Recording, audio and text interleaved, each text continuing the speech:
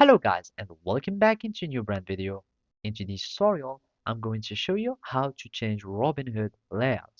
So make sure to watch the video to the end and follow these simple steps.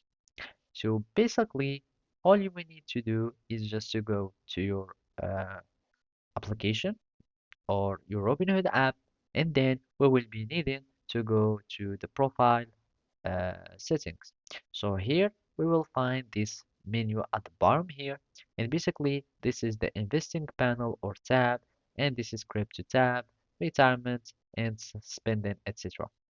Now all we need to do is just to go to our profile, and basically from here we will find this view, and you will find or you will see your portfolio or some just summary of your portfolio.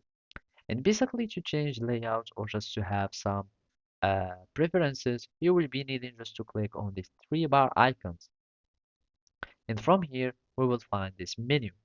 By going here, we can just go to settings, and then we will find app preferences. And basically, those are some things that you can choose by going to app preferences. So you can have, for example, accessible colors. You can have the theme color if you would like. You can also choose the dark color, etc. And if you want more extensibility for your account or for your layout, you might want to choose the legend or Robinhood legend, which is a more sophisticated web app on Robinhood.